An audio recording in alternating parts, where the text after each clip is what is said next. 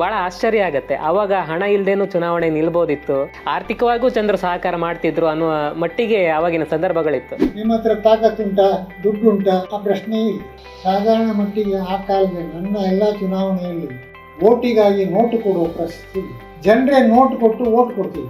ನೀವು ಕಂಡುಕೊಂಡ ಹಾಗೆ ದೇವರಾಜ ಅರಸರು ಹೇಗೆ ಸರ್? ದೇವರಾಜ ಅರಸು ಅವರ ಚಿಂತನೆ 1978ರಲ್ಲಿ ಅನ್ಸುತ್ತೆ ನೀವು ಮೊದಲ ಚುನಾವಣೆಯನ್ನು ಎದುರಿಸಿದ್ದು. ಆ ದಿನಗಳು ಹೇಗಿದ್ದವು? ಆವಾಗ ನಾನು ಸಾರ್ವಜನಿಕ ಕಾಲೇಜು ಮುಗಿಸಿದಾಗ ಇಂಥದ್ದೇ ಕೆಲವು ಸಮಸ್ಯೆಗಳ ಬಗ್ಗೆ ಹೋರಾಡ್ತಿದ್ದೆ.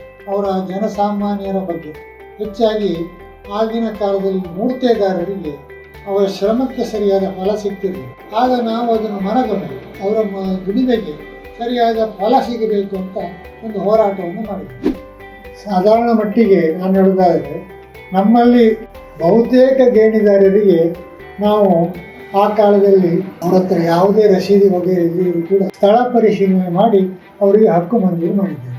ಇಂಥ ಭೂಮಿ ನನ್ನ ಸಾಗುವಳಿ ಮಾಡ್ತಾ ಇದ್ದೇನೆ, ಇದಕ್ಕೆ ನನಗೆ ಹಕ್ಕು ಕೊಡಬೇಕು. ಜನರೇ ಬಂದು ನೇರವಾಗಿ ನಮ್ಮ ಹತ್ರ ಅವರ ಅಹವಾಲನ್ನು ಹೇಳ್ತೀವಿ. ದನಿಯು ಬರ್ತೀವಿ, ಒಕ್ಕಲು ಬರ್ತೀವಿ. ನಮ್ಮ ಕಾಲದ ಕತೆ ಹೇಳಿ ಮತದಾರರನ್ನ ಭೇಟಿಯಾಗಬೇಕು, ಅವರ ಕಷ್ಟ ಸುಖಕ್ಕಾಗಬೇಕು, ದಿನನಿತ್ಯ ತೊಂದರೆಗೆ ಸ್ಪಂದಿಸಬೇಕು. ಇದು ಯಾವುದು ಈಗ ಅಗತ್ಯ ಇಲ್ಲ. ಈಗ ನೋಟಿನ ಕಟ್ಟು ಹಿಡ್ಕೊಂಡು ಹೋದ್ರೆ ಆಯ್ತು, ಆ ಕಾಲ ಬಂದು ಹೋಗ್ಬೇಕು. ಇದು ನಾನು ವೈಯಕ್ತಿಕವಾಗಿ ಯಾರ ಬಗ್ಗೆ ಹೇಳಿದೆ, ಹಣದ ಪ್ರಭಾವ ಎಲ್ಲಿ ಬಂತು ಅಲ್ಲಿಗೆ ಮೌಲ್ಯಗಳು ಅಧಪತನ. ಬಂಗಾರಪ್ಪ ಅವರು ಬಹಳ ದೊಡ್ಡ ನಾಯಕ ಅಂತೇಳಿ ಗುರುತಿಸ್ಕೊಂಡವರು, ಮತ್ತೆ ನಿಮ್ಮದೇ ಸಮುದಾಯದವರು ಕೂಡ. ನಿಮ್ಮ ಮತ್ತೆ ಅವರ ಒಡನಾಟ ಹೇಗಿತ್ತು ಅಂತ? ಇವಾಗಿನ ಚುನಾವಣಾ ರಾಜಕೀಯವನ್ನೆಲ್ಲ ನೋಡ್ತಾ ಇರ್ತೀರಿ ನೀವು, ಆಗಾಗ ಹೇಗೆ ಅನ್ಸುತ್ತೆ ಸರ್? ಈಗ ನಮಗೆ ಬಹಳ ಬೇಸರ, ಪರಿಸ್ಥಿತಿ ಹಾಗಿದೆ. ಜನಾಂಗವನ್ನೇ ನೀವು ಹಣದಿಂದ ಅಳೆಯುವಂಥ ಪ್ರಸಂಗ ಬಂದಿತ್ತು. ಆಗ ಹಾಗಿರಲಿಲ್ಲ. ಈ ಹಣದ ಮೂಲಕ ಚುನಾವಣೆ ಗೆಲ್ಲಬೇಕಾದ ಮಾನದಂಡ ಆದದ್ದು ಯಾವಾಗಿಂದ ಸರ್?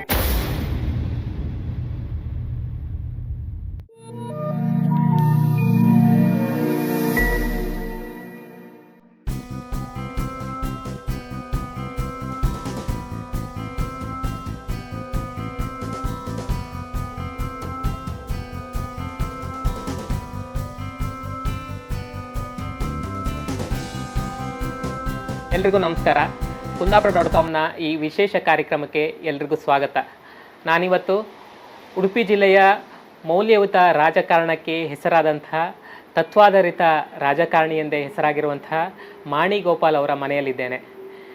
ಚುನಾವಣೆ ರಾಜಕೀಯದ ಮೇಲಾಟದಲ್ಲಿ ಅಷ್ಟೇನು ಗೆಲುವು ಸಾಧಿಸ್ತಾ ಇದ್ದರೂ ಕೂಡ ಸಾಮಾಜಿಕ ಬದುಕಿನಲ್ಲಿ ಜನರ ಮನಸ್ಸಿನಲ್ಲಿ ಶಾಶ್ವತವಾಗಿ ಮನೆ ಮಾಡಿದಂತಹ ಹಿರಿಯ ರಾಜಕಾರಣಿ ಮಾಣಿ ಗೋಪಾಲ್ ಅವರು. ಅವರ ಬದುಕಿನ ಪುಟಗಳು ಹೇಗಿತ್ತು, ರಾಜಕೀಯ ದಿನಗಳು, ಹೋರಾಟದ ಬದುಕು, ಇದೆಲ್ಲ ಹೇಗೆಲ್ಲ ಆಗ್ತಾ ಇತ್ತು, ಈ ಎಲ್ಲದರ ಬಗ್ಗೆ ಮಾತಾಡಲಿಕ್ಕೆ ಸ್ವತಃ ಮಾಣಿ ಗೋಪಾಲ್ ಅವರು ನಮ್ಮ ಜೊತೆಗಿದ್ದಾರೆ. ಅವರನ್ನು ಕಾರ್ಯಕ್ರಮಕ್ಕೆ ಸ್ವಾಗತ ಮಾಡ್ಕೊಳ್ಳೋಣ. ಕಾರ್ಯಕ್ರಮಕ್ಕೆ ಸ್ವಾಗತ ಸರ್. ಸರ್, ಕಾಲೇಜು ದಿನಗಳಿಂದಲೇ ಡಿಪ್ಲೊಮಾ ಮುಗಿತಿದ್ದಾಗೆ ನೀವು ಹೋರಾಟದ ಬದುಕಿಗೆ ಸಾಕ್ತೀರಿ. ಎಲ್ಲೋ ಒಂದು ಕಡೆ ಉದ್ಯೋಗ ಅರಸಿ ಹೋಗಬೇಕಾದ ಸಂದರ್ಭದಲ್ಲಿ ಮನೆಯ ಸಂದರ್ಭಗಳು ಹಾಗೇ ಇರುತ್ತೆ, ಆದರೆ ನೀವು ನಿಮ್ಮ ದಾರಿ ಬೇರೆಯೇ ಆಗಿತ್ತು. ಹೇಗಿತ್ತು ಸರ್ ಆ ದಿನಗಳೆಲ್ಲ? ನಾನು ಆವಾಗ ಈ ಕಾಲೇಜ್ ಆದ ಕೂಡಲೇ ಪಾಲಿಟೆಕ್ನಿಕ್ ಬಾಂಬೆ ಹೋಗ್ಬೇಕಂತ ಅನಿಸ್ಕೊಂಡಿದ್ದೆ.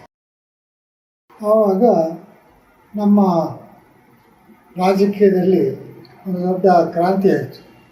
69ರಲ್ಲಿ ಶ್ರೀಮತಿ ಇಂದಿರಾ ಗಾಂಧಿಯವರು ಕಾಂಗ್ರೆಸ್ಸಿನ ನೇತೃತ್ವವನ್ನು ವಹಿಸಿದರು. ಆಗ ಪಟ್ಟಭದ್ರ ಹಿತಾಸಕ್ತಿಗಳ ದೂರ ಆಗಿ ಒಂದು ಸಾಮಾಜಿಕ ರಿಫಾರ್ಮ್ ತರುವ ಬಗ್ಗೆ ಅವರಲ್ಲಿ ಒಂದು ಭಾಷೆ ಇತ್ತು. ಆಗ ರಾಜಧನ ರದ್ದತಿ, ಬ್ಯಾಂಕ್ ರಾಷ್ಟ್ರೀಕರಣ ಮುಂತಾದ ಪ್ರಗತಿಪರ ಧೋರಣೆಯನ್ನು ಅವರು ಮಾಡಿದ್ರಿಂದ ನನ್ನಂತೆ ಇರುವ ಬಹಳಷ್ಟು ಯುವಕರು ನಾವು ಹೋಗ್ಬಿಟ್ಟೆ. ಅಲ್ಲಿಂದ ನಮಗೆ ಸ್ವಲ್ಪ ರಾಜಕೀಯ ಆಸಕ್ತಿ ಮೂಡಿತು. ಆ ಸಂದರ್ಭದಲ್ಲಿ ನೀವು ರಾಜಕೀಯದತ್ತ ಮುಖ ಮಾಡಿದ್ರಿ ಅಂತ ಹೇಳಿದ್ರಿ. ಅದಕ್ಕೂ ಮುಂಚೆ ಅಂದರೆ ಹೋಗೋದಾದರೆ ನಿಮ್ಮ ಬಾಲ್ಯ ಮತ್ತು ನಿಮ್ಮ ಕುಟುಂಬ ಅಂದರೆ ಪೋಷಕರು ಇವ್ರ ಬಗ್ಗೆ ಹೇಳೋದಾದರೆ ಅಂದರೆ ಆವತ್ತಿನ ಕುಟುಂಬದ ಸ್ಥಿತಿಗತಿಗಳೆಲ್ಲ ಹೇಗಿತ್ತು ಸರ್ ನಿಮ್ಮದು? ಆಗಿನ ಕುಟುಂಬದ ಪರಿಸ್ಥಿತಿ ಅಂದರೆ ವಿದ್ಯೆ ಕಲಿಯುವುದೇ ಉದ್ಯೋಗಕ್ಕೆ, ಏನಾದರೂ ಹಣ ಸಂಪಾದನೆ ಮಾಡಬೇಕು ಅನ್ನೋದಕ್ಕೆ. ನನಗೆ ಹಣ ಸಂಪಾದನೆ ಮಾಡುವ ದಾರಿಯೇ ತೋರಲಿಲ್ಲ. ನಾನು ನೇರವಾಗಿ ಸಾರ್ವಜನಿಕ ಬದುಕಿಗೆ ಇಳಿದಿದ್ದರಿಂದ ಮನೆಯಲ್ಲಿ ಏನೋ ಊಟಕ್ಕೆ ತೊಂದರೆ ಇರಲಿಲ್ಲ. ಅದನ್ನ ದೊಡ್ಡ ಶ್ರೀಮಂತರು ಅಲ್ಲದೇ ಇದ್ರೂ ಕೂಡ ನಮ್ಮಷ್ಟಕ್ಕೆ ನಾವು ಜೀವನ ಮಾಡುವಷ್ಟು ನಮ್ಮ ಹಿರಿಯರು ಅನುಕೂಲ ಮಾಡಿ ಇಟ್ಟಿದ್ದು. ಹಾಗಾಗಿ ನಾನು ಸಾರ್ವಜನಿಕ ಬದುಕಿಗೆ ಧುಮುಕಿದೆ. ಅಂದರೆ ಕುಂದಾಪುರದಲ್ಲೇ ಇದ್ರೆ ಮುಂಚೆಯಿಂದನೂ ನಾನು ನನ್ನ ಎಜುಕೇಷನ್ ಎಲ್ಲ ಆದದ್ದು ಮಂಗಳೂರಿನಲ್ಲಿ, ಕರ್ನಾಟಕ ಪಾಲಿಟೆಕ್ನಿಕ್.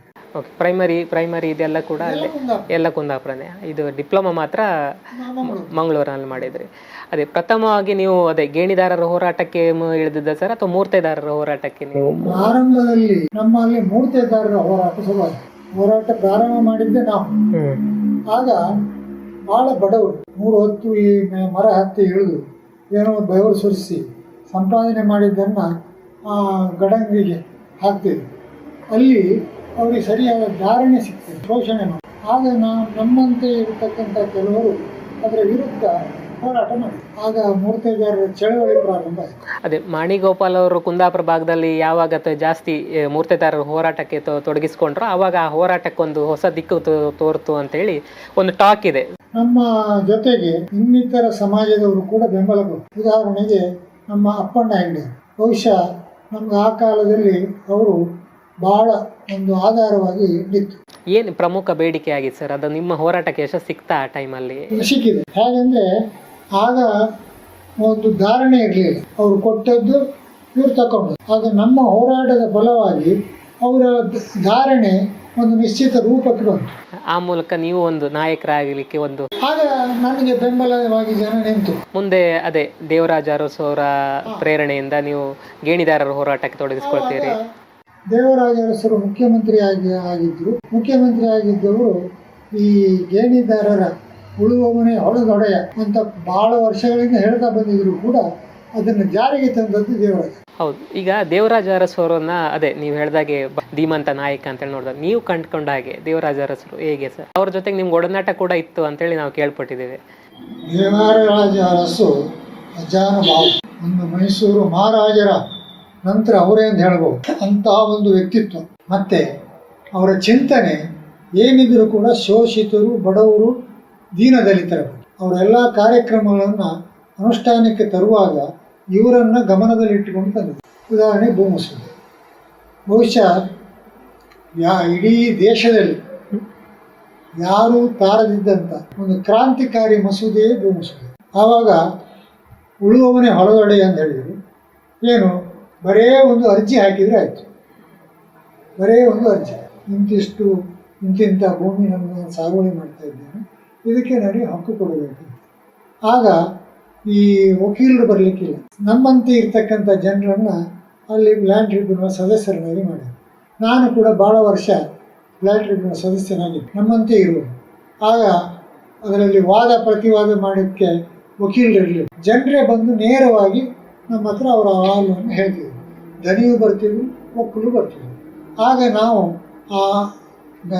ಕೆಲವು ಸರ್ತಿ ಬಹಳ ಒಳ್ಳೆಯ ದನಿಗಳು ಇದ್ದಾರೆ. ಅವರು ನೇರವಾಗಿ ಬಂದು ಇವರು ನನ್ನ ಒಕ್ಕಲು, ಹೌದು, ಇಂತಿಷ್ಟು ಭೂಮಿ ಅವರಿಗೆ ನಾನು ಕೊಟ್ಟಿದ್ದೇನೆ, ಅದನ್ನು ಅವರು ಸಾಗುವಳಿ ಮಾಡಿ ನನಗೆ ಗೇಣಿ ಕೊಟ್ಟಿದ್ದಾರೆ, ಅವರಿಗೆ ಹಕ್ಕು ಕೊಡುವುದಕ್ಕೆ ನಮಗೆ ಯಾವುದೇ ಆಕ್ಷೇಪ ಇಲ್ಲ ಅಂತ ಹೇಳಿದಂಥ ಬಹಳಷ್ಟು ಭೂಮಾಲಕರಿದ್ದಾರೆ. ನೀವು ಹೇಳಿದಾಗೆ ಅಂತ ವಿಶಾಲ ಹೃದಯ ಭೂಮಾಲಕರು ಇದ್ದರು.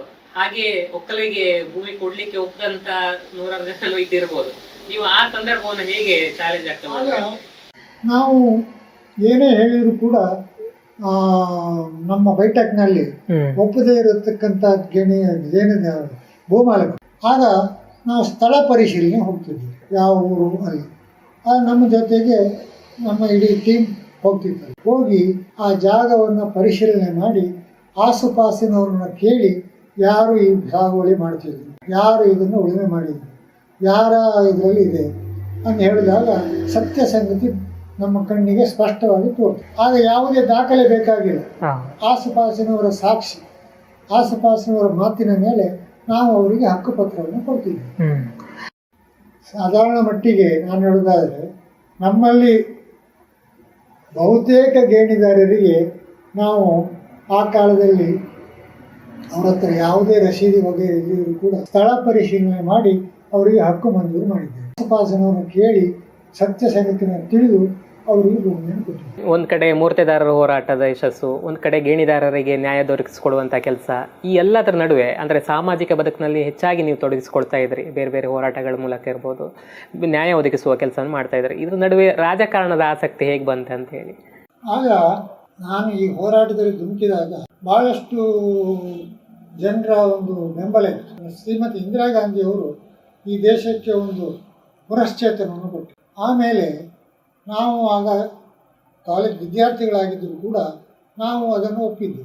ಆ ರೀತಿಯಲ್ಲಿ ಅವರು, ನಾನು ಕರ್ನಾಟಕ ಪಾಲಿಟೆಕ್ನಿಕ್ ಇದ್ದಾಗ 71ರಲ್ಲಿ ಕೇರಳದಲ್ಲಿ ಒಂದು ಚುನಾವಣೆಯ ಪ್ರಚಾರಕ್ಕೆ ಬರುವವರಿದ್ದರು. ಅವರು ಕೇರಳಕ್ಕೆ ಚುನಾವಣೆ ಪ್ರಚಾರಕ್ಕೆ ಬರುವ ಸಮಯದಲ್ಲಿ ಮಂಗಳೂರಿನಲ್ಲಿ ಇಳಿದಿದ್ದರು. ನಾವು ರಾತ್ರಿ 5 ಗಂಟೆಗೆ ಎದ್ದು ನಮ್ಮಂತೆ ಹುರುಪಿರುವವರು ಬಚ್ಚಪೆ ವಿಮಾನ ನಿಲ್ದಾಣಕ್ಕೆ ಹೋಗಿದ್ದರು. ಆಗ ಅವರನ್ನು ಕಾಣುವುದೇ ನಮಗೊಂದು ಹುಮ್ಮಸ್ಸು, ಅವರನ್ನು ಹತ್ತಿರದಿಂದ ನೋಡುವುದೇ ನಮಗೊಂದು ಇದು. ಮೊದಲನೇ ಸಾರಿ ಅವರನ್ನು ನಾವು ಆ ಏರ್ಪೋರ್ಟ್ನಲ್ಲಿ ನೋಡಿ. ಅದೇ ಆ ಟೈಮಲ್ಲಿ ಇಂದಿರಾ ಗಾಂಧಿ ಬಗ್ಗೆ ಒಂದು ಬಹಳ ದೊಡ್ಡ ಒಂದು ಕ್ರೇಜ್ ಇತ್ತು ಜನರಲ್ಲಿ ಕೂಡ. ಅದು ಅದೇ ನಿಮಗೆ ಹೇಗೆ ಪ್ರಭಾವ ಬೀರುತ್ತೆ ಅಂತೇಳಿ ಹೇಗೆ ನೋಡ್ತಾ ಇದ್ರಿ ವಿದ್ಯಾರ್ಥಿಗಳಾಗಿ? ಆಗ 69ರ ಹಿಂದೆ ಒಂದು ಜಡ್ಡು ಕಟ್ಟಿದ ವಾತಾವರಣ. ಯಾಕಂದರೆ ಅದರಲ್ಲಿ ಪ್ರತಿಷ್ಠಿತರು, ದೊಡ್ಡ ಮನುಷ್ಯರು, ಭೂಮಾಲಕರು, ಬಂಡವಾಳಶಾಹಿಗಳು, ಇಂಥವರದ್ದೇ ಒಂದು ಕೂಟ ಆಗಿದೆ. ಇಲ್ಲಿ ಜನಸಾಮಾನ್ಯರನ್ನು ಪ್ರಚೋದಿಸಿ ಜನಸಾಮಾನ್ಯರನ್ನು ಸೆಳೆದದ್ದು ಇಂದಿರಾ. ಆಗ ಇಡೀ ದೇಶದಲ್ಲಿ ಬಹುಶಃ ಅವರಷ್ಟು ದೊಡ್ಡ ನಾಯಕ ಬೇರೆ ಇರಲಿಲ್ಲ. ಆ ರೀತಿಯಲ್ಲಿ ಅವರ ಒಂದು ವರ್ಚಸ್ಸಿತ್ತು. ಅವರನ್ನು ಕಾಣೋದು ನಮ್ಮ ಭಾಗ್ಯ ಅಂತ ನಾವಲ್ಲಿ ಹೋದ್ವಿ. ಮುಂದೆ ರಾಜಕಾರಣ ಹಾಗೆ ಅದೇ ಕಾಂಗ್ರೆಸ್ ಪಕ್ಷದಲ್ಲಿ ನೀವು ಸಕ್ರಿಯವಾಗಿ ತೊಡಗಿಸಿಕೊಳ್ತೀರಿ. ಮುಂದೆ 1978ರಲ್ಲಿ ಅನಿಸುತ್ತೆ ನೀವು ಮೊದಲ ಚುನಾವಣೆಯನ್ನು ಎದುರಿಸಿದ್ದು. ಆ ದಿನಗಳು ಹೇಗಿದ್ದು? ಯಾರ ವಿರುದ್ಧ ಚುನಾವಣೆ ಆಗಿತ್ತು? ಹೇಗಿತ್ತು ಸಂದರ್ಭ ಅಂತೇಳಿ? ಆವಾಗ ನಾನು ಸಾರ್ವಜನಿಕ ಕಾಲೇಜ್ ಮುಗಿಸಿದಾಗ ಹೊರಗೆ ಬಂದಾಗ ಇಂಥದ್ದೇ ಕೆಲವು ಸಮಸ್ಯೆಗಳ ಬಗ್ಗೆ ಹೋರಾಡ್ತಿದ್ದೆ. ಅವರ ಜನಸಾಮಾನ್ಯರ ಬಗ್ಗೆ, ಹೆಚ್ಚಾಗಿ ಆಗಿನ ಕಾಲದಲ್ಲಿ ಮೂರ್ತೆದಾರರಿಗೆ ಅವರ ಶ್ರಮಕ್ಕೆ ಸರಿಯಾದ ಫಲ ಸಿಗ್ತಿರಲಿಲ್ಲ. ಆಗ ನಾವು ಅದನ್ನು ಮನಗಂಡು ಅವರ ದುಡಿಮೆಗೆ ಸರಿಯಾದ ಫಲ ಸಿಗಬೇಕು ಅಂತ ಒಂದು ಹೋರಾಟವನ್ನು ಮಾಡಿದ್ವಿ, ಮೂರ್ತೆದಾರರ ಹೋರಾಟ. ಆ ಹೋರಾಟಕ್ಕೆ ನಮಗೆ ಬೆಂಬಲ ಕೊಟ್ಟವರು ಅಪ್ಪಣ್ಣ ಹೆಗಡೆ ಅವರು ನಮ್ಮ ಜೊತೆಗೆ ನಮ್ಮ ಹೋರಾಟಕ್ಕೆ ಬೆಂಬಲ ಕೊಟ್ಟರು. ಕಾರಣ ಇಷ್ಟೇ, ಅವರಿಗೆ ಹಟ್ಟಿ ಕುದುರಿನಲ್ಲಿ ಬಹುತೇಕ ಮೂರ್ತಿದಾರರಿದ್ದರು, ಅವರೆಲ್ಲ ಅವರ ಅಭಿಮಾನಿ. ಆಗ ಅವರು ಅವರ ಅಭಿಮಾನಕ್ಕೆ ಸೋತು ನಮ್ಮ ಜೊತೆಯಲ್ಲಿ ಆ ಹೋರಾಟಕ್ಕೆ ಬೆಂಬಲವನ್ನು ಕೊಟ್ಟರು. ಅದೇ ಆ ಮೂಲಕ ನೀವು ರಾಜಕೀಯ ಟಿಕೆಟ್ ಪಡಿತೀರಿ. 1974ರಲ್ಲಿ ದೇವರಾಜ ಅರಸರವರು ಭೂ ಮಸೂದೆಯನ್ನು ಜಾರಿ ಮಾಡಿದರು. ಈ ಮೊದಲು ನಾನು ಈ ಮೂರ್ತೆದಾರರ ಹೋರಾಟಕ್ಕೆ ಧುಮುಕಿದಾಗ ಬಹುಶಃ ನಾನು ರಾಜಕೀಯ ರಾಜಕೀಯದಲ್ಲಿ ಇರಲಿಲ್ಲ. ಆ ನಂತರ ನನ್ನಂತೆ ಇರತಕ್ಕಂಥ ನಾವೆಲ್ಲ ಶ್ರೀಮತಿ ಇಂದಿರಾ ಗಾಂಧಿಯವರ ನಾಯಕತ್ವವನ್ನು ಒಪ್ಪಿ ಕಾಂಗ್ರೆಸ್ ಪಕ್ಷಕ್ಕೆ ಬೆಂಬಲವನ್ನು ನೀಡಿದರು. ಆವಾಗ ಶ್ರೀಮತಿ ವಿನಿಫೆಡ್ ಫರ್ನಾಂಡಿಸರು ಶಾಸಕಿಯಾಗಿದ್ದರು. ಕಾಂಗ್ರೆಸ್ ವಿಭಾಗ ಆದಾಗ ಅವರು ಕಾಂಗ್ರೆಸ್ಸಿನ ಇನ್ನೊಂದು ಭಾಗಕ್ಕೆ ಹೋದರು. ಆಗ ಇಲ್ಲಿ ಅವರು ಸಿಟ್ಟಿಂಗ್ MLA ಆಗಿದ್ದವರು ಇಲ್ಲದೇ ಇರುವುದರಿಂದ, ಆಗ ನಾನು ಉತ್ಸಾಹಿ ಯುವಕನಾಗಿದ್ದರಿಂದ ನಾನು ಲ್ಯಾಂಡ್ ರಿಫಾರ್ಮ್ ಮತ್ತಿತರ ವಿಷಯಗಳಲ್ಲಿ ಹೋರಾಟ ಮಾಡಿದ್ರಿಂದ ಪಕ್ಷದವರು ನನ್ನನ್ನು ಗುರುತಿಸಿ, ಆಗ ನಾನು ಕೆಲವು ಕಡೆಯಲ್ಲಿ ನನ್ನ ಆ ಬಗ್ಗೆ ಪ್ರಚಾರ ಭಾಷಣವನ್ನು ಮಾಡಿದೆ. ಜನ ಆಕರ್ಷಿತರಾಗ್ತದೆ. ಇದನ್ನು ಗುರುತಿಸಿ ನನಗೆ ಕಾಂಗ್ರೆಸ್ನಲ್ಲಿ ಟಿಕೆಟ್ ಸಿಕ್ತು. ಮೊದಲ ಚುನಾವಣೆ, ಭಾಳ ಚಾಲೆಂಜಸ್ಗಳಿರ್ತದೆ. ಜನರನ್ನ ಭೇಟಿಯಾಗಬೇಕು, ನಾಯಕರ ಜೊತೆಗೆ ಸಮನ್ವಯ ಇರಬೇಕು, ಅದೆಲ್ಲ ಹೇಗೆ ಆಗ್ತಾ ಇತ್ತು ಅಂತೇಳಿ? ಕುಂದಾಪುರ ಕ್ಷೇತ್ರದಲ್ಲಿ ನಾನು ಸ್ಪರ್ಧೆ ಮಾಡಿದಾಗ ಕಾಪು ಸಂಜೀವ ಶೆಟ್ಟರು ನಮ್ಮ ಎದುರು ಪಕ್ಷದ, ನಾನು ಕಾಂಗ್ರೆಸ್ನಲ್ಲಿದ್ದೆ, ಅವರು ಜನತಾ ಬಗ್ಗೆ ಅವರ ಮಗ ಮತ್ತು ನಾನು ಕ್ಲಾಸ್ಮೇಟ್ಸ್. ನಮ್ಮಲ್ಲಿ ಆ ವಿರೋಧಿ ಭಾವನೆ ಇರಲಿಲ್ಲ. ಅವರ ಬಗ್ಗೆ ನನಗೆ ಈಗಲೂ ಕೂಡ ಒಂದು ಅಭಿಮಾನ ಇದೆ. ಭಾಳ ಒಳ್ಳೆಯ ಮನುಷ್ಯರು. ಆಗ ಚುನಾವಣೆಯಲ್ಲಿ ಮಾತ್ರ ನಮ್ಮ ಕಡೆಯವರು ಅವ್ರ ಕಡೆಯವರು ಪಡ್ಕೊಂಡೋದು ಇತ್ತು, ಬಡ್ಕೊಂಡೋದು ಇತ್ತು. ಆದರೆ ನಾವು ಮಾತ್ರ ಒಬ್ಬರನ್ನೊಬ್ಬರು ನಿಕೃಷ್ಟವಾಗಿ ಕ್ಷುಲ್ಲಕವಾಗಿ ಮಾತಾಡಿಸಿದ್ದೇ ಇಲ್ಲ. ಚುನಾವಣೆಗೋಸ್ಕರ ಮಾತ್ರ ಸ್ಪರ್ಧೆ ಇರ್ತಿತ್ತು ಮತ್ತು ವೈಯಕ್ತಿಕವಾಗಿ ಒಳ್ಳೆ ವಿಶ್ವಾಸ ಬಾಂಧವ್ಯ ಇತ್ತು. ಸರ್, ಅದೇ ಆ ಚುನಾವಣೆಯಲ್ಲಿ ನೀವು ಸೋಲ್ತೀರಿ, ಅದು ಅಲ್ಪ ಮತಗಳಿಂದ. ನನಗೆ ಅದು ಹೇಗಾಯಿತು? ಏನು ನಿಮ್ಮ ಸಾಥ್ ಕೊಡಲಿಲ್ಲ ಅಂತೇಳಿ ಚುನಾವಣೆಗೆ? ಆವಾಗ ಬಹುಶಃ ನಮ್ಮ ಜನಾಂಗದವರು ರಾಜಕೀಯವಾಗಿ ಸಕ್ರಿಯರಾಗಿರಲಿಲ್ಲ. ಅವರಿಗೆ ಅಲ್ಲಿಯವರೆಗೂ ಚುನಾವಣೆಯ ಸಮಯದಲ್ಲಿ ಅವರು ಧನಿಗಳ ಒಂದು ಹಿಡಿತದಲ್ಲೇ ಇದ್ರು. ಧನಿಗಳು ಹೇಳಿದವರಿಗೆ ಓಟ್ ಹಾಕುವುದು ಅಂತ ಆ ಕಾಲದಲ್ಲಿ. ಆ ರೀತಿಯಲ್ಲಿ ನನಗೆ ವಿರುದ್ಧವಾದ ಆಗಿ ಪರಿಣಮಿಸಿತು. ಮುಂದಿನ ಹಂತಕ್ಕೆ ಬರ್ತೀರಿ, ರಾಜಕೀಯದಲ್ಲಿ ಸಕ್ರಿಯವಾಗೇ ಇದ್ರಿ ಆ ಸಮಯದಲ್ಲಿ, ಮತ್ತೆ ಮುಂದೆ ಮತ್ತೆ ಸ್ಪರ್ಧೆ ಮಾಡ್ತೀರಿ. ಆ ದಿನಗಳು ಹೇಗಿತ್ತು? ಯಾರು ನಿಮ್ಮ ಎದುರಾಳಿ ಆಗಿದ್ರು ಸರ್ ಆವಾಗ? ಆವಾಗ 83ರಲ್ಲಿ ನಾನು ರಾಜಕೀಯದಲ್ಲಿ ಬಹಳ ಬದಲಾವಣೆಯಾಗಿ ನಾವೆಲ್ಲರೂ ದೇವರಾಜ ಅರಸರೊಟ್ಟಿಗೆ ಹೋದ್ವಿ. ದೇವರಾಜ ಅರಸರೊಟ್ಟಿಗೆ ಹೋದಾಗ ಇಲ್ಲಿ ಒಂದು ವ್ಯಾಕ್ಯೂಮ್ ಕ್ರಿಯೇಟ್ ಆಯಿತು. ಈ ಸಂದರ್ಭದಲ್ಲಿ ಹುಯ್ಯಾರ್ ಪಟೇಲ್ರ ಮಗ ಪ್ರತಾಪ್ ಚಂದ್ರ ಶೆಟ್ಟರು ಇಲ್ಲಿ ಕಾಂಗ್ರೆಸ್ ಅಭ್ಯರ್ಥಿ ಆದರು. ನಾನು ಕ್ರಾಂತಿರಂಗದ ಜನತಾ ರಂಗದ ಅಭ್ಯರ್ಥಿ ಆದ. ಆಗ ಬಂಗಾರಪ್ಪನವರು ಕಾಂಗ್ರೆಸ್ಸನ್ನು ಬಿಟ್ಟು ಕ್ರಾಂತಿರಂಗ ರಚಿಸಿದರು. ಕ್ರಾಂತಿರಂಗ ರಚಿಸಿದಾಗ ನಾನು ಬಂಗಾರಪ್ಪನ ಪಕ್ಷಕ್ಕೆ ಹೋದಾಗ ಬಂಗಾರಪ್ಪನವರು ಜನತಾ ರಂಗಕ್ಕೆ ಬಂದರು, ಜನತಾ ಪಕ್ಷಕ್ಕೆ. ನಾನು ಜನತಾ ಪಕ್ಷ ಸೇರಿದೆ, ಅವರು ನಮ್ಮ ಪಕ್ಷಕ್ಕೆ ಬಂದರು. ನಾನು ಆ ಪಕ್ಷದ ಅಭ್ಯರ್ಥಿ ಆದ 83. ಆಗಲೂ ಕೂಡ ಚುನಾವಣೆ ಹೇಗಿತ್ತು ಅಂತ ಹೇಳಿದ್ರೆ, ನಮ್ಮ ಹತ್ರ ಏನು ಕಾಸಿರಲಿಲ್ಲ, ಜನ ಶ್ರಮಪಟ್ಟು ದುಡಿದಿದ್ರು, ಆದರೆ ಗೆಲುವು ಮಾತ್ರ ಸಾಧ್ಯ ಆಗಲಿಲ್ಲ. ಈಗಿನ ಚುನಾವಣಾ ನೀತಿಗಳನ್ನ, ಚುನಾವಣೆ ಹೇಗೆ ಎದುರಿಸ್ತಾರೆ ಇದನ್ನೆಲ್ಲ ಗಮನಿಸಿದ್ರೆ ಭಾಳ ಆಶ್ಚರ್ಯ ಆಗುತ್ತೆ. ಆವಾಗ ಹಣ ಇಲ್ಲದೇನು ಚುನಾವಣೆ ನಿಲ್ಬೋದಿತ್ತು, ಮತ್ತು ಜನರೇ ಸಪೋರ್ಟ್ ಮಾಡ್ತಿದ್ರು ಅಂತ ಕೇಳ್ತಿದ್ವಿ ನಾವು. ಈಗ ಒಬ್ಬ ಕ್ಯಾಂಡಿಡೇಟ್ ನಿಂತರು ಅಂತ ಹೇಳಿದ್ರೆ ಅವರಿಗೆ ಆರ್ಥಿಕವಾಗೂ ಜನರು ಸಹಕಾರ ಮಾಡ್ತಿದ್ರು ಅನ್ನುವ ಮಟ್ಟಿಗೆ ಆವಾಗಿನ ಸಂದರ್ಭಗಳಿತ್ತು. ಚುನಾವಣೆ ಅಂತ ಹೇಳಿದ್ರೆ ಒಂದು ಗ್ರಾಮ ಪಂಚಾಯತ್ ಎಲೆಕ್ಷನ್ ಕೂಡ ಲಕ್ಷದಲ್ಲಿ ನೀವು ಯೋಚನೆ ಮಾಡಬೇಕಾಗಿದೆ. MLA ಎಲೆಕ್ಷನ್ ಕೂಡ ಕೋಟಿಗಳಲ್ಲಿ ಯೋಚನೆ ಮಾಡುವಂಥ ಸಂದರ್ಭ ಇದೆ ಸರ್. ಇಂಥ ಸಂದರ್ಭದ ನಡುವೆ ನೀವು ಆ ದಿನಗಳು ಅಂದರೆ ಚುನಾವಣೆ ನಿಲ್ಲುವ ಸಂದರ್ಭ ಇರ್ಬೋದು, ಜನರು ನಿಮ್ಗೆ ಹೆಂಗೆ ಸ್ಪಂದನೆ ಮಾಡ್ತಿದ್ರು ಅದನ್ನೆಲ್ಲ ಏನು ಸ್ವಲ್ಪ ನೆನ್ಪು ಮಾಡ್ಕೊಂಡಿದ್ರೆ ಸರ್? ಅಯ್ಯೋ, ಆವಾಗ ನಮಗೆ ಟಿಕೆಟ್ ಕೊಡುವಾಗ ನಿಮ್ಮ ಹತ್ರ ತಾಕತ್ತುಂಟಾ, ದುಡ್ಡು ಉಂಟಾ, ಆ ಪ್ರಶ್ನೆ ಇಲ್ಲ. ನನ್ನ ಹತ್ರ ಕೂಡ ತಾಕತ್ತಿರಲಿಲ್ಲ, ದುಡ್ಡು ಇರಲಿಲ್ಲ. ನಮ್ಮದು ಹೇಗೆ ಚುನಾವಣೆ ಪ್ರಚಾರ ಅಂದರೆ, ಈಗ ಒಂದು ಸಂತೆ, ಉದಾಹರಣೆಗೆ ಹೆಚ್ಚು ಜನ ಸೇರುವಂಥ ಸಂತೆ ನಮ್ಮ ಸಿದ್ದಾಪುರ. ನಾವು ಸಿದ್ದಾಪುರಕ್ಕೆ ಹೋಗ್ತೇವೆ. ಅಲ್ಲಿ ನಮಗೆ ಕುರ್ಚಿ ಮೇಜ್ ಏನಿಲ್ಲ, ಮೈಕ್ ಒಂದು ಇರ್ತದೆ. ನಾವು ನಮ್ಮ ಕಾರಿನ ಬಾನೆಟ್ ಮೇಲೆ ನಿಂತ್ಕೊಂಡು ಭಾಷಣ ಮಾಡಿ, ನಾನು ವಿಧಾನಸಭಾ ಸದಸ್ಯನಾಗಿ ನಿಮ್ಮ ಪರವಾಗಿ ಹೋರಾಟ ಮಾಡಬೇಕಿದ್ರೆ ಈ ಚುನಾವಣೆ ನೀವೇ ನಡೆಸಿಕೊಡಬೇಕು, ಇವರೆಲ್ಲ ಖರ್ಚು ವೆಚ್ಚ ನಿಮಗಾಗಿರಬೇಕು. ನಾನು ಇನ್ನೊಬ್ಬರ ಹತ್ರ ಹಣ ತಕ್ಕೊಂಡು ಚುನಾವಣೆ ಸ್ಪರ್ಧೆ ಮಾಡ್ತಾ ಇಲ್ಲ, ನಿಮ್ಮ ಒಂದು ಪ್ರಯತ್ನದಿಂದ ನನಗೆ ಓಟ್ ಕೊಡಬೇಕು ಅಂತ ಜನ ಓಟ್ ಕೊಡ್ತಾರೆ. ಪ್ರತಿ ಚುನಾವಣೆ ಕೂಡ ಅದೇ ಇತ್ತು, ನೀವು ಎದುರಿಸಿದಂತೆ ಎಲ್ಲ ಚುನಾವಣೆ ನಾವು ಜನರಿಗೆ ಹಣ ಕೊಡುವ ಪರಿಸ್ಥಿತಿ ಇರಲಿಲ್ಲ. ಜನರೇ ನನಗೆ ಹಣ ಕೊಡ್ತೀವಿ.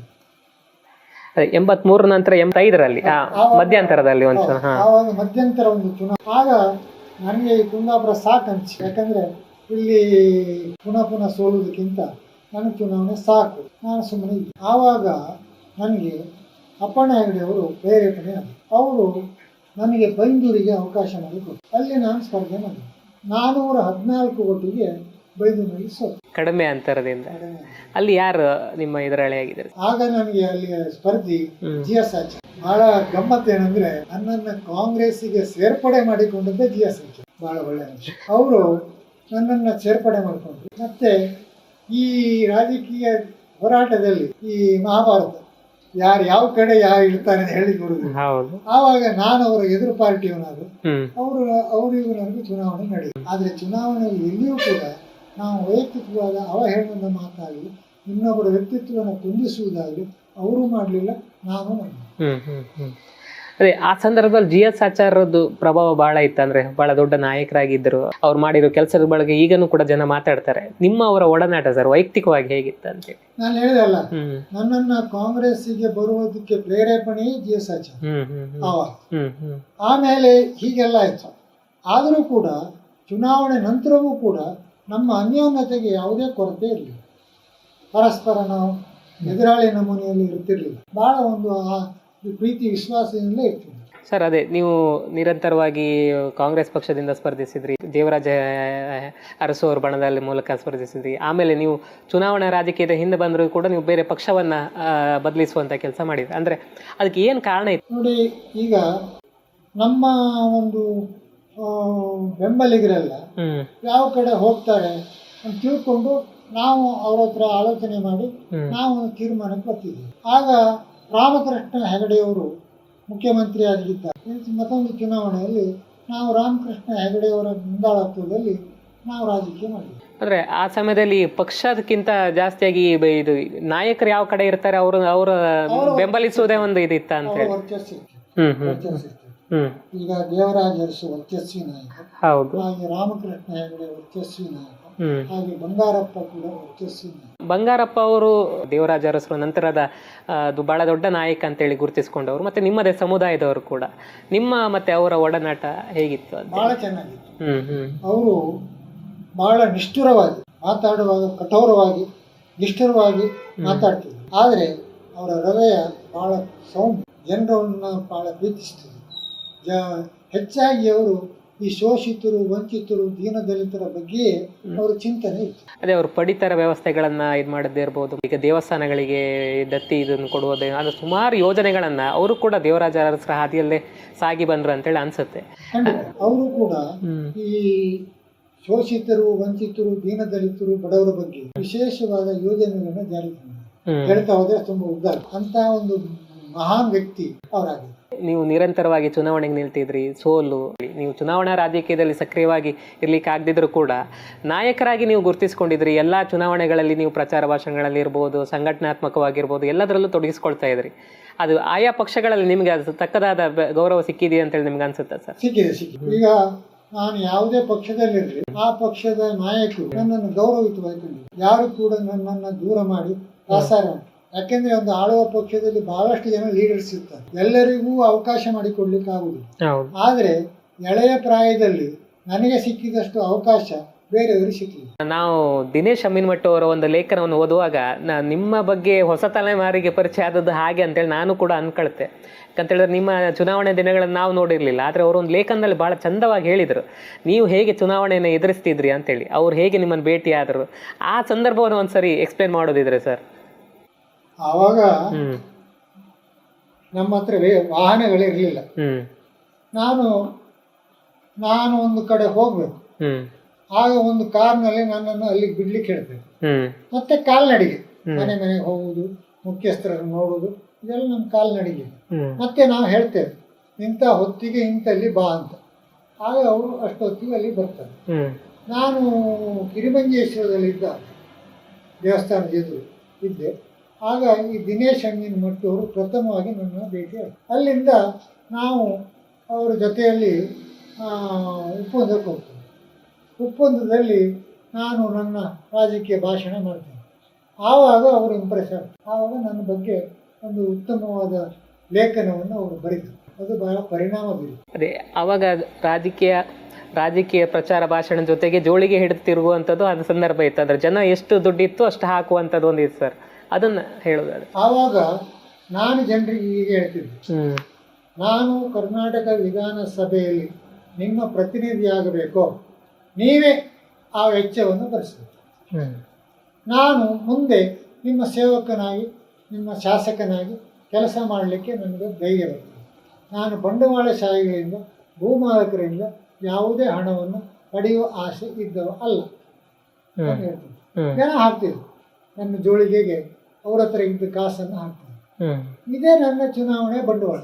5 ಚುನಾವಣಾ ಇದರಲ್ಲಿ ಸ್ಪರ್ಧಿಸ್ತೀರಿ, 5ರಲ್ಲಿ ಕೂಡ ಸೋಲ್ ಕಾಣ್ತೀರಿ. ಅದೊಂದು ನಿರಂತರ ಇದು. ಅಂದರೆ ನೀವೊಬ್ಬರು ರಾಜಕೀಯ ನಾಯಕರಾಗಿದ್ರಿ, ನಿಮ್ಮನ್ನೊಂದು ಕ್ಯಾಂಡಿಡೇಟ್ ಆಗಿ ಗುರುತಿಸಿ ಟಿಕೆಟ್ ಕೊಡ್ತಾ ಇದ್ರು. ಆದರೆ ಯಾವುದೋ ಈ ಬೇರೆ ಬೇರೆ ಕಾರಣಗಳದು, ಅಂದರೆ ಬೇರೆ ಬೇರೆ ಸಂದರ್ಭಗಳಿರ್ಬೋದು. ಆದರೆ ಅದನ್ನು ಅಂತಿಮವಾಗಿ ಅದನ್ನು ಎದುರಿಸಬೇಕಾದ ವೈಯಕ್ತಿಕವಾಗಿ ನೀವೇ ಆಗಿರ್ತೀರಿ. ಅದನ್ನೆಲ್ಲ ಹೇಗೆ ಫೇಸ್ ಮಾಡ್ತಿದ್ರಿ ಅಂತೇಳಿ. ಅಂದರೆ ನನಗೆ ಪುನಃ ಟಿಕೆಟ್ ಕೊಡ್ಲಿಕ್ಕೆ ಕಾರಣವೇ ಅದು. ನಾನು ಅಲ್ಪ ಮತದಿಂದ ಸೋಲುವ, 414, 516.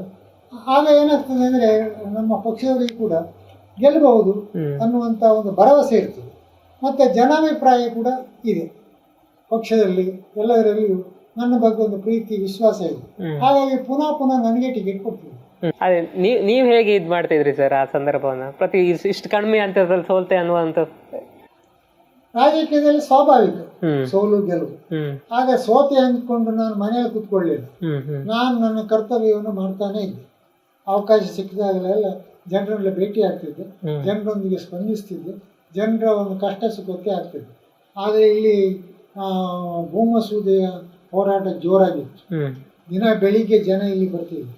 ಆಗ ನಾವು ಅವರಿಗೆ ಹಿಂಸೆ ಆದಾಗ, ತೊಂದರೆ ಆದಾಗ ಅವರ ಜೊತೆಗೆ ಹೋಗಿ ಅವರಿಗೆ ರಕ್ಷಣೆ ಕೊಡಲಿಕ್ಕೆ ತಾಲೂಕು ಆಫೀಸು, ಪೊಲೀಸ್ ಸ್ಟೇಷನು, ಅವ್ರ ಜೊತೆಯಲ್ಲಿ ಹೋಗಿ ಅವರ ಕಷ್ಟವನ್ನು ನಿವಾರಣೆ ಮಾಡಲಿಕ್ಕೆ ಅಧಿಕಾರಿಗಳ ಸಹಾಯ ಪಡಿಬೇಕು. ಅದೇ ನೀವು ಚುನಾವಣೆಯಲ್ಲಿ ಸೋತರೂ ಕೂಡ ನೀವು ಹಿಂದೆ ಶಾಸಕರೇ ಆಗಿದ್ರಿ, ಭಾವಿಸಿರುವ ಸಂದರ್ಭಗಳು ಉಂಟು. ಜನ ಆ ರೀತಿಯಲ್ಲಿ ನೀವು ಚುನಾವಣಾ ರಾಜಕೀಯವನ್ನು ಗೆಲ್ಲದಿದ್ರು ಕೂಡ ಅವ್ರ ಮನಸ್ಸಿನಲ್ಲಿ ಒಂದು ನಿಮ್ಮ ಸ್ಥಾನ ಕೊಟ್ಟಿದ್ರು ಅನ್ನೋದಕ್ಕೆ ಇದೊಂದು ಉದಾಹರಣೆ ಅಂತ ನಾನು ಅನ್ಕೊಳ್ತೇನೆ ಸರ್.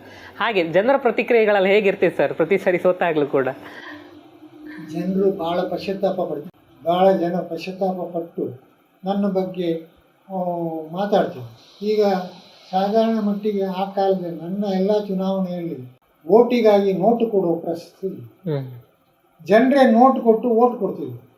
ಇದು ಆ ಕಾಲದ ನಮ್ಮ ಚುನಾವಣೆ. ಸರ್, ಇವಾಗಿನ ಚುನಾವಣಾ ರಾಜಕೀಯವನ್ನ ಎಲ್ಲ ನೋಡ್ತಾ ಇರ್ತೀರಿ ನೀವು ಆಗಾಗ, ಹೇಗೆ ಅನ್ಸುತ್ತೆ ಸರ್? ಈಗ ನಮಗೆ ಭಾಳ ಬೇಸರ ಆಗ್ತದೆ. ನಾನು ಯಾರನ್ನು ದೂರುವುದಿಲ್ಲ. ಪರಿಸ್ಥಿತಿ ಹಾಗಿದೆ. ಇವತ್ತಿನ ವಾತಾವರಣ ಆ ರೀತಿ ಆಗಿದೆ. ಜನಾಂಗವನ್ನೇ ನೀವು ಹಣದಿಂದ ಅಳೆಯುವಂಥ ಪ್ರಸಂಗ ಬಂದುಬಿಟ್ಟಿದೆ. ಆಗ ಹಾಗಿರಲಿಲ್ಲ. ಹಣದಿಂದ ಜನರನ್ನು ಮತವನ್ನು ಕೊಂಡುಕೊಳ್ಳುವ ಕಾಲ ಅಲ್ಲ. ನನ್ನ ಎದುರಾಳಿಗಳಾಗಲಿ ನಾನಾಗಲಿ ದುಡ್ಡು ಕೊಟ್ಟು ಓಟ್ ಹಾಕಿಸಿಕೊಂಡದಿಲ್ಲ. ಅದೇ ನೀವು ನಿಮ್ಮ ಸಂದರ್ಭವನ್ನು ನೋಡಿದ್ದೀರಿ, ಇವಾಗಿನ ಸಂದರ್ಭವನ್ನು ನೀವು ನೋಡ್ತಾ ಇದ್ರಿ ಸರ್. ಈ ಹಣದ ಮೂಲಕ ಚುನಾವಣೆ ಗೆಲ್ಲಬೇಕಾದ ಮಾನದಂಡ ಆದದ್ದು ಯಾವಾಗಿಂದ ಸರ್ ಇದು? ಅದು ನನ್ನ ಕೊನೆಯ ಚುನಾವಣೆ 94ರಲ್ಲಿ ನಾನು ಚುನಾವಣೆ ಸ್ಪರ್ಧೆ ಮಾಡಿದಾಗ ಒಂದು ಕಾಲಘಟ್ಟದಲ್ಲಿ ಜನ ಹಣ ಕೇಳಲಿ ಶುರು ಮಾಡಿದರು. ನನ್ನ ಹತ್ರ ಕೂಡ ಹಣದಿಂದ ಚುನಾವಣೆಯನ್ನು ಗೆಲ್ಲಬಹುದು ಅನ್ನುವಂಥ ಒಂದು ಪರಿಸ್ಥಿತಿಯನ್ನು ಆಗ ತೀರ್ಮಾನ ಮಾಡಿದ್ರು. ಆ ಕಾಲಕ್ಕೆ ಬಹುಶಃ ಜನ ಕೂಡ ಅದಕ್ಕೆ ಮಾರು ಹೋಗಿದ್ದಾರೆ. ಸ್ವಲ್ಪ ಪ್ರಭಾವ ಇದ್ದಿರ್ಬೋದು, ಆದರೆ ನನ್ನ ಎದುರಾಳಿಗಳು ಯಾರು ಕೂಡ ಅಂತ ಇದವರಲ್ಲ. ಈ 94ರ ಚುನಾವಣೆಯಲ್ಲಿ ಮಾತ್ರ ಹಣದ ಹೊಳೆಯೇ ಹರಿದು ಏನು ಮಾತಾಡಲಿಕ್ಕೆ. ಅಲ್ಲಿ ನಾನು ಎಣಿಸಿದೆ, ಭ್ರಮ ನಿರಸನ, ಇನ್ನು ನನಗೆ ಚುನಾವಣೆ ಬೇಡ.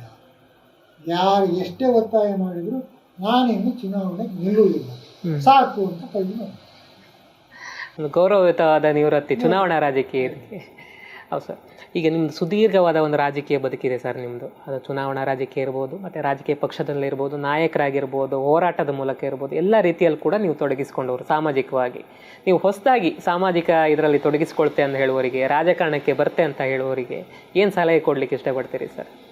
ಈಗ ನಾವು ಏನೇ ಸಲಹೆ ಕೊಡಲಿ ಅದು ಅನುಷ್ಠಾನಕ್ಕೆ ಬರುವಾಗ ಫಲ ಕೊಡುವುದಿಲ್ಲ.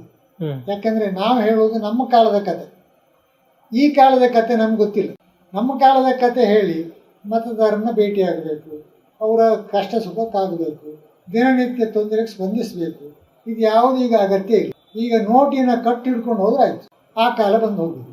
ಇದು ನಾನು ವೈಯಕ್ತಿಕವಾಗಿ ಯಾರ ಬಗ್ಗೆ ಹೇಳುವುದು, ಹಣದ ಪ್ರಭಾವ ಎಲ್ಲಿ ಬಂತು ಅಲ್ಲಿಗೆ ಮೌಲ್ಯಗಳು ಅಧಪತನ ಆಗಿದೆ. ಸರ್, ಇವಾಗಿನ ನೀವು ರಾಜ್ಯ ಸರ್ಕಾರ ಇರ್ಬೋದು, ಕೇಂದ್ರ ಸರ್ಕಾರ, ನೀವೆಲ್ಲ ಗಮನಿಸ್ತಿರ್ತೀರಿ ಸಾಮಾನ್ಯವಾಗಿ. ಹೇಗೆ ಯಾವ ರೀತಿಯ ಬದಲಾವಣೆ ಆಗಿದೆ, ಯಾವ ರೀತಿ ಪ್ರಗತಿ ಆಗಿದೆ, ಅಥವಾ ಏನು ವ್ಯತ್ಯಾಸಗಳನ್ನು ಕಾಣ್ತಾ ಇದ್ದೀರಿ ನೀವು ಮುಂಚಿಂದು ಈಗಿಂದು ಅಂತೇಳಿ ಸರ್ಕಾರಗಳಲ್ಲಿ ಕೂಡ? ಯಥಾ ಪ್ರಜಾ ಆ ರೀತಿ ಆಗಿದೆ.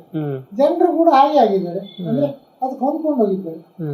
ಈಗ ಆ ಕಾಲದಲ್ಲಿ ನಾವು ನೋಡಿದಂಥ ಜನ ಈಗ ಆ ರೀತಿಯ ವರ್ತನೆ ಇಲ್ಲ. ಅವರ ವರ್ತನೆಯಲ್ಲಿ ಬದಲಾವಣೆ ಆಗಿದೆ. ಬದಲಾವಣೆ ಮಾಡಿದವರು ಯಾರು? ರಾಜಕಾರಣಿಗಳೇ ಕಾರಣ. ಎಲ್ಲ ಕಾರಣ. ಈಗ ನಾವಿಬ್ರು ಸ್ಪರ್ಧಿಗಳು ಇಟ್ಕೊಳ್ಳಿ, ನೀವು ಮತದಾರರಿಗೆ ಹಣ ಕೊಡುವುದಿಲ್ಲ, ನಾನು ಮತದಾರರಿಗೆ ಹಣ ಕೊಡುವುದಿಲ್ಲ. ಆವಾಗ ಏನಾಗ್ತದೆ? ಯಾರಿಗಾರಿಗೊಬ್ರಿಗೆ ಮತ ಹಾಕ್ಬೇಕಾ? ಅವನಿಗೆ ಯಾರು ಬೇಕೋ ಅವ್ರಿಗೆ ಹಾಕ್ತಾರೆ. ಇದು ಆಗಲ್ಲ. ಅವರು ದುಡ್ಡು ಕೊಟ್ಟಿರೋ ಮಾರೆ ಆಗಬೇಕು ಕತ್ತ ಅನ್ನೋ ಕಾಲ ಉಂಟು. ಇಬ್ಬರ ಹತ್ರ ದುಡ್ಡು ತಕೊಂಡು ಒಬ್ಬರಿಗೆ ಹಾಕ್ತಾರಲ್ಲ, ಅದು ಇದೆ. ಇವತ್ತು ಅಂತ ಹೊಲಸು ರಾಜಕೀಯ ಬಂದಿದೆ. ಒಟ್ಟಿನಲ್ಲಿ ಜನ ಬದಲಾದ್ರೆ ಎಲ್ಲ ಸರಿಯಾಗತ್ತ ಅಂತ ಹೇಳೋದು. ಜನರನ್ನ ಬದಲಾಯಿಸ್ಲಿಕ್ಕೆ ನಾವು ಬಿಡುವುದಿಲ್ಲ. ಜನ ಬದಲಾಗಲಿಕ್ಕೆ ನಾವೇ ರಾಜಕಾರಣಿಗಳೇ ಬಿಡುವುದಿಲ್ಲ. ಆಮಿಷಗಳನ್ನು ಒಡ್ತೇವೆ. ಆ ಆಮಿಷಕ್ಕೆ ಅವರು ಬಲಿಯಾಗ್ತಾರೆ ಅಷ್ಟೇ. ಮುಂದೆ ನೀವು ಕುಂದಾಪುರದಲ್ಲಿ ಯೋಜನಾ ಆಯೋಗದ ಸದಸ್ಯರಾಗ್ತೀರಿ, ಅಧ್ಯಕ್ಷರಾಗ್ತೀರಿ. ಅದೇ ಆ ದಿನಗಳು, ಈಗ ನೀವು ಚುನಾವಣಾ ರಾಜಕೀಯದಿಂದ ಹೊರಗೆ ಬಂದರೂ ಕೂಡ ಅದು ಗುರುತಿಸಿ ಅಂಥದ್ದೊಂದು ಹುದ್ದೆಯನ್ನು ಕೊಟ್ಟದ್ದು ಒಂದು ಮಾತು. ಇನ್ನೊಂದು, ನಿಮ್ಮ ಆ ಹುದ್ದೆಯನ್ನು ನಿರ್ವಹಿಸಿದ ಬಗ್ಗೆ ಏನಾದರೂ ನೆನಪು ಮಾಡ್ಕೊಳ್ಳೋದಿದ್ರೆ ಸರ್? ಪ್ರಾಧಿಕಾರದ ಅಧ್ಯಕ್ಷನಾಗಿದ್ದಾಗ ಸಾಮಾನ್ಯವಾಗಿ ಅದು ಹೊಸದಾಗಿ ನನಗಾಗಿಯೇ ಮಾಡಿದಾಗಿತ್ತು. ಇದಕ್ಕೆ ಕಾರಣ ಡಾಕ್ಟರ್ ವಿ ಎಸ್ ಆಚಾರ್ಯರಿಗೆ ನನ್ನ ಮೇಲೆ ಬಹಳಷ್ಟು ವಿಶ್ವಾಸ ಇದೆ. ಎಲ್ಲಾದರೂ ಈಚೆ ಕಡೆ ಹೋಗೋದಿದ್ರೆ ಅವರು ಇಲ್ಲಿ ಹೋಗದೆ ಹೋಗಿ ನನ್ನ ಹತ್ರ ಮಾತಾಡಿ ಹೋಗ್ತಾರೆ. ಮತ್ತೆ ನನಗೂ ಕೂಡ ಅವ್ರ ಬಗ್ಗೆ ಬಹಳ ವಿಶ್ವಾಸ ಇತ್ತು. ಬಹಳ ಒಳ್ಳೆಯ ರಾಜಕಾರಣಿ, ಬಹಳ ಸೌಮ್ಯ ಸ್ವಭಾವದವರು, ಮತ್ತೆ ನಮ್ಮ ಎಲ್ಲ ಸಾಮಾನ್ಯ ಜನರ ಬೇಡಿಕೆಗಳಿಗೆ ಸ್ಪಂದಿಸುವಂತ ವ್ಯಕ್ತಿ. ಈ ನಡುವೆ ನೀವು ಗೇರು ಅಭಿವೃದ್ಧಿ ನಿಗಮ ಮತ್ತೆ ಕೊಲ್ಲೂರು ದೇವಸ್ಥಾನ ಟ್ರಸ್ಟಿ ಆಗಿದ್ರಿ, ಅದು ಆ ದಿನಗಳನ್ನು ಸ್ವಲ್ಪ ನೆನ್ಪು ಮಾಡ್ಕೊಳ್ಳೋದಿದ್ರೆ. ಕೊಲ್ಲೂರಿನ ಟ್ರಸ್ಟಿ ಆದ್ದು ರಾಜಕೀಯದಿಂದಲ್ಲ. ಆಗ ಮಂಗಳೂರಿನಲ್ಲಿ ಎಸ್ ಬಸ್ಸಿನ ಓನರ್ ಚಂದ್ರಶೇಖರ್ ಅಂತ ಇದ್ದರು, ವೆರಿ ಸೀನಿಯರ್ ಮ್ಯಾನ್. ಅವರು ನಾನು ಹೆಚ್ಚಾಗಿ ಗೋಕರ್ಣನಾಥ ದೇವಸ್ಥಾನಕ್ಕೆ ಹೋಗ್ತಿದ್ದೆ. ಆಗಲೇ ನನ್ನನ್ನು ಅವರು ಗುರುತಿಸಿ ಅವರು ನನ್ನನ್ನು ಸೂಚಿಸಿ ಇಲ್ಲಿಗೆ ಕೊಲ್ಲೂರು ದೇವಸ್ಥಾನ. ಆಗ ನಾನು ಕೊಲ್ಲೂರಿನ ಟ್ರಸ್ಟಿ ಆಗಿ 16 ವರ್ಷ ಸತತವಾಗಿ ಅಲ್ಲಿ ದೇವಸ್ಥಾನದ ಟ್ರಸ್ಟಿ ಆಗಿದ್ದೆ. ಭಾಳ ಒಂದು ನನಗೆ ಮನಸ್ಸಿಗೆ ಭಾಳ ತೃಪ್ತಿ ಕೊಟ್ಟಂಥ ಒಂದು ಹುದ್ದೆ. ಅಲ್ಲಿ ಏನು ಸಂಬಳ ಮತ್ತೊಂದು ಭತ್ತೆ ಏನಿಲ್ಲ, ಆನ್ರೈಟ್. ಸರ್, ಈ ನಡುವೆ ನೀವು ಗೇರು ಅಭಿವೃದ್ಧಿ ನಿಗಮದ ಅಧ್ಯಕ್ಷರಾಗಿ ಕಾರ್ಯನಿರ್ವಹಿಸಿದ್ರಿ, ಆ ಸಂದರ್ಭವನ್ನ ಸ್ವಲ್ಪ ನೆನ್ಪು ಮಾಡ್ಕೊಳ್ಳೋದಿದ್ರೆ ಸರ್. ಖಂಡಿತ. ಆಗ ನಾನು ಗೇರು ಅಭಿವೃದ್ಧಿ ನಿಗಮದ ಅಧ್ಯಕ್ಷನಾಗಿದ್ದಾಗ ಎಲ್ಲ ಕಡೆಗೂ ಭೇಟಿ ಕೊಟ್ಟಿದ್ದೆ. ಆಗ ಜನ ಗೇರು ಬೀಜಕ್ಕೆ ಪ್ರಾಧಾನ್ಯ ಕೊಡ್ತಾ ಇದ್ರು ಹೊರತು ಆ ಹಣ್ಣಿಗೆ ಪ್ರಾಧಾನ್ಯ ಕೊಡುವುದು. ಅದನ್ನು ತೆಗೆದು ಬಿಸಾಡ್ತೀವಿ. ಅದು ವ್ಯರ್ಥ ಆಗುವುದನ್ನು ನೋಡಿ ಅದಕ್ಕೊಂದು ಸದುಪಯೋಗ ಆಗಲಿಕ್ಕೆ ಒಂದು ದಾರಿಯನ್ನು ಹುಡುಕಿದೆ. ಮೌಲ್ಯವರ್ಧನೆ, ಅದಕ್ಕೆ ಮೌಲ್ಯ ಬರಬೇಕು ಅಂತ. ಆಗ ನಮಗೆ ತೋರಿದ್ದು ಗೋವಾದಲ್ಲಿ ಈ ಗೋವಾ ಫೆನ್ನಿ ತಯಾರು ಮಾಡ್ತೀವಿ, ಅದು ಈ ಕ್ಯಾಶ್ಯೂ. ಹಾಗಾಗಿ ನಾವು ಇಲ್ಲಿ ಕೂಡ ಗೇರು ಅಭಿವೃದ್ಧಿ ನಿಗಮದಿಂದ ಆ ಫೆನ್ನಿ ತಯಾರು ಮಾಡಲಿಕ್ಕೆ ಒಂದು ಫ್ಯಾಕ್ಟ್ರಿಯನ್ನು ಮಾಡಬೇಕು ಅನ್ನೋ ಕಲ್ಪನೆ ಮಾಡಿ ಗೇರು ಫೆನ್ನಿಗೆ ಮಾಡಿದ್ವಿ. ಆಗ ಮಾರ್ಕೆಟ್ನಲ್ಲಿ ಗೇರು ಹಣ್ಣಿನ ಬೆಲೆ. ನೀವು ಒಬ್ಬ ರಾಜಕಾರಣಿಯಾಗಿ ಕುಂದಾಪುರವನ್ನು ನೋಡಿದ ಹಾಗೆ ಈಗ ಆ ಕಾಲದಿಂದ ನೋಡ್ತಾ ಬಂದಿದ್ದೀರಿ. ಇಲ್ಲಿನ ಒಂದು ಅಭಿವೃದ್ಧಿಯ ದೃಷ್ಟಿಯಿಂದ ಇರ್ಬೋದು, ಇಲ್ಲಿ ಏನು ಆಗಬೇಕಿತ್ತಂತೇಳಿ ನೀವು ಆವಾಗ ಯೋಚನೆ ಮಾಡಿದ್ರಿ ಆ ಕಾಲದಲ್ಲಿ, ಅದೆಲ್ಲ ಈಗ ಆಗಿದೆ ಅಂತ ಅನ್ಸುತ್ತಾ ಇಲ್ವಾ, ಏನಂತ ಹೇಳಿ ಅನ್ಸುತ್ತೆ ಸರ್? ನೋಡಿ, ಊರು ಬೆಳೆದ ಹಾಗೆ ಬೇಡಿಕೆಗಳು ಬೆಳೀತವೆ. ಆಯಾಯ ಕಾಲಕ್ಕೆ ಎಷ್ಟು ಸಾಧ್ಯವೋ ಅಷ್ಟನ್ನ ಮಾಡುವುದು ರಾಜಕಾರಣಿಯ ಕರ್ತವ್ಯ. ನಮ್ಮ ಹತ್ರ ಸಾಧ್ಯ ಆಗದೇ ಇದ್ದಷ್ಟು ಮಾಡ್ಲಿಕ್ಕೆ ಹೋದ್ರೆ ಕೈ ಸುಟ್ಕೊಳ್ತೀವಿ, ಆಗುದಿಲ್ಲ. ಆದ್ರೆ ನನ್ಗನ್ಸ್ತದೆ ಇಲ್ಲಿಯ ರಾಜಕಾರಣಿಗಳು ಯಾರೇ ಇರಲಿ ಭ್ರಷ್ಟರಲ್ಲ, ದುಷ್ಟರಲ್ಲ, ಎಲ್ಲರೊಂದಿಗೆ ಹೊಂದಿಕೊಂಡು ಹೋಗುವಂತ ರಾಜಕಾರಣಿ. ಈಗ ನಾನು ಅವರ ವಿರುದ್ಧ ಸ್ಪರ್ಧೆ ಮಾಡಿದ್ದೀನಿ, ಆದರೆ ಅವರು ಇಲ್ಲಿಯ ಜನರಿಗೆ ಹಿತವನ್ನು ಮಾಡಿದ್ದನ್ನು ನಾನು ಮರೀಲಿಕ್ಕಾಗುವುದು. ಅದೇ ನಿಮ್ಮ ಸಮಕಾಲೀನರು, ಅದೇ ನಿಮ್ಗೆ ಸ್ಪರ್ಧೆ ಮಾಡಿದ ಪ್ರತಾಪ್ ಚಂದ್ರ ಶೆಟ್ಟರ್ ಇರ್ಬೋದು, ಆಮೇಲೆ ಅದರ ನಂತರ ಬಂದಂಥ ಹಾಲಾಡಿ ಶ್ರೀನಿವಾಸ ಶೆಟ್ಟರ್ ಇರ್ಬೋದು, ಇಲ್ಲಿ ಶಾಸಕರಾಗಿ ಬಂದವಂಥವ್ರು, ಆದರೆ ಅವ್ರ ಜೊತೆಗೆಲ್ಲ ನಿಮ್ಮ ಒಡನಾಟ ಹೇಗಿರ್ತಿತ್ತು ಸರ್? ಭಾಳ ಚೆನ್ನಾಗಿ. ಈಗ ನಾನು ಪ್ರತಾಪ್ ಶೆಟ್ಟರು ಭಾಳ ಅನ್ಯೋನ್ಯವಾಗಿದ್ದೀವಿ. ಆಮೇಲೆ ನಮ್ಮ ಹಾಲಾಡಿ ಶ್ರೀನಿವಾಸ ಶೆಟ್ಟರು ಅವರು ಕೂಡ ಭಾಳ ನನ್ನ ಬಗ್ಗೆ ಅಭಿಮಾನ ಇದ್ದವರು. ಮತ್ತು ಭಾಳ ಸಜ್ಜನ, ನಾನು ನೋಡಿದ ಮಟ್ಟಿಗೆ ಅಷ್ಟು ಸರಳ ಸಜ್ಜನ ವ್ಯಕ್ತಿಗಳು ಭಾಳ ವಿರಳ. ಶ್ರೀನಿವಾಸ ಶೆಟ್ಟರ್ ಬಹಳ ಸರಳ ಮನುಷ್ಯ.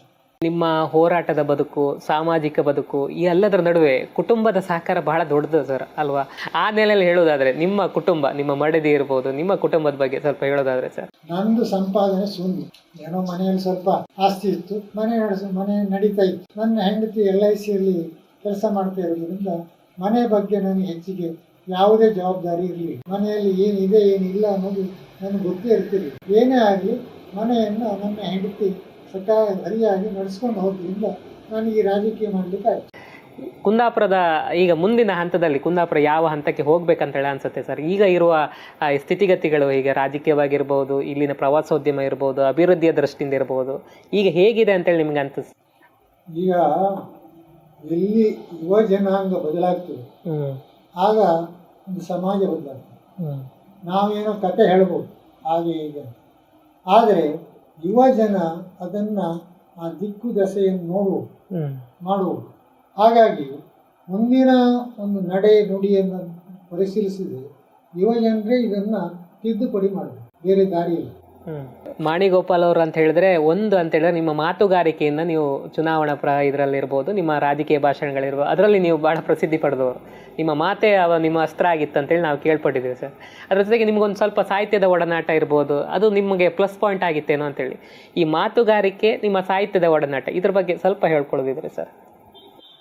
ನಾನು ಹೆಚ್ಚಾಗಿ ಆ ಕಾಲದಲ್ಲಿ ಹ್ಮ್ ಓದ್ತಿದ್ದೆ, ಹ್ಮ್ ಭಾಳಷ್ಟು ಓದ್ತಿದ್ದೆ, ವಿಷಯ ಸಂಗ್ರಹ ಮಾಡ್ಕೊಳ್ತಿದ್ದೆ. ಮತ್ತು ನನಗೆ ಕೆಲವು ಸಾಹಿತಿಗಳ ಒಡನಾಟ ಇತ್ತು, ಹ್ಮ್ ಗೊತ್ತಾಯ್ತಾ. ಮತ್ತು ನಮಗೆ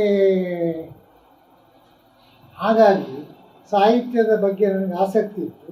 ಕೆಲವು ಸಲ ಬರೀಬೇಕಂತ ಎಣಿಸ್ತೇನೆ, ಸಮಯ ಸಿಗುವುದಿಲ್ಲ, ಮತ್ತು ಅಲ್ಲಿಗೆ ನೆನಪು ಹೋಗ್ತದೆ. ಹ್ಮ್ ಹಾಗಾಗಿ ನನಗೆ ನನ್ನ ಭಾಷಣದಲ್ಲಿ ಸ್ವಲ್ಪ ಸಾಹಿತ್ಯದ ಸೊಗಡು ಇತ್ತು. ಹೌದು, ಅದೇ ನಿಮ್ಗೆ ಪ್ಲಸ್ ಆಗ್ತಿತ್ತು ಅಂತೇಳಿ. ಖಂಡಿತ. ಹ್ಮ್ ನಾನು ಕೆಲವು ಸಲ ಏನು ವಿಷಯ ಸಂಗ್ರಹ ಇಲ್ಲದೆ ಮಾತಾಡುವುದಿಲ್ಲ. ನಾನು ಮೊದಲೇ ವಿಷಯ ಸಂಗ್ರಹ ಮಾಡಿಕೊಂಡು ಮಾತಾಡಿದೆ, ಆಗ ಜನರ ಮನಸ್ಸಿನ ಮೇಲೆ ಅದು ಪ್ರಭಾವ ಬೀರುತ್ತೆ. ಸರ್, ಅದೇ ಇವಾಗ ರಾಜಕಾರಣದಲ್ಲಿ ತೀರಾ ವೈಯಕ್ತಿಕ ತೇಜೋವಧೆಗಳು ಬಹಳಷ್ಟು ಕಾಣ್ತಾ ಇದ್ದೀವಿ. ನೀವು ಇತ್ತೀಚೆಗೆ ನೀವು ಗಮನಿಸ್ತಿರ್ತೀರಿ, ಅದು ತೀರಾ ವೈಯಕ್ತಿಕ ತೇಜೋವಧೆಗಳು. ನೀವು ಹೇಳಿದಾಗೆ ನಿಮ್ಮ ಕಾಲದ ಮೌಲ್ಯಯುತ ರಾಜಕಾರಣ ಇಲ್ಲವೇ ಇಲ್ಲ. ನೇರ ಸ್ಪರ್ಧಿಗಳಿದ್ರು ಕೂಡ ಅದು ರಾಜಕೀಯವಾಗಿರ್ತೈತೆ ಬಿಟ್ಟರೆ ವೈಯಕ್ತಿಕವಾಗಿರ್ತಿರ್ಲಿಲ್ಲ ಸರ್. ಇದು ತೀರಾ ವೈಯಕ್ತಿಕ ಮಟ್ಟಕ್ಕೆ ಹೋಗಿದೆ ಅಂತ ಹೇಳಿದ್ರೆ ರಾಜಕಾರಣದ ಪತನ ಯಾವ ರೀತಿಲಿ ಆಗ್ತಾ ಇದೆ ಅಂತೇಳಿ ನೀವು ಈ ಬಗ್ಗೆ ನಿಮಗೆ ಏನು ಅನ್ಸುತ್ತೆ ಸರ್? ನೋಡಿ, ಏನು ಚಿಂತನೆ ಮಾಡದೇ ಇದ್ದರೆ ಬರೇ ಇಂಥ ವಿಚಾರಗಳನ್ನೇ ಮಾತಾಡ್ತಾರೆ. ತತ್ವ ಆದರ್ಶಗಳ ಬಗ್ಗೆ ಚಿಂತನೆ ಮಾಡಿದರೆ ಇಂಥ ಮಾತುಗಳೆಲ್ಲ ಬರುವುದಿಲ್ಲ. ಹೆಚ್ಚಾಗಿ ಯಾವುದಾದ್ರೂ ಒಂದು ತತ್ವ ಆಧಾರಿತವಾಗಿ, ಈಗ ಲೋಹಿಯ ಸಿದ್ಧಾಂತ ಅಥವಾ ಮತ್ಯಾರದ್ದು ಸಿದ್ಧಾಂತ, ಇದರ ಬಗ್ಗೆಯೇ ಜನ ಇರ್ತಿದ್ರು. ರಾಜಕಾರಣಿಗಳು ಯಾವುದೋ ಒಂದು ಸಿದ್ಧಾಂತದ ಬಗ್ಗೆ ಇರುತ್ತೆ. ಈಗ ಯಾವ ಸಿದ್ಧಾಂತವೂ ಇಲ್ಲ, ಹಣವೇ ಸಿದ್ಧಾಂತ. ಸಿದ್ಧಾಂತ ಬದ್ಧತೆ ಯಾವುದೂ ಇಲ್ಲ, ಎಲ್ಲ ದುಡ್ಡನ್ನು ಮಾಡೋದು ಹೇಗೆ? ಹೌದು, ಸುಲಭದಲ್ಲಿ ಹಣ ಮಾಡುವ ದಾರಿ ಯಾವುದು? ರಾಜಕಾರಣ. ಹಾಗೆ. ಎಸ್ ಸರ್, ಇಷ್ಟು ಹೊತ್ತು ಕುಂದಾಪುರ.com ಈ ವಿಶೇಷ ಕಾರ್ಯಕ್ರಮದಲ್ಲಿ ಭಾಗವಹಿಸಿ ತಮ್ಮ ಅನಿಸಿಕೆಗಳನ್ನು ಹಂಚಿಕೊಂಡೋದಕ್ಕೆ, ತಮ್ಮ ಅನುಭವಗಳನ್ನು ತೆರೆದಿಟ್ಟಕ್ಕೆ ಧನ್ಯವಾದಗಳು ಸರ್.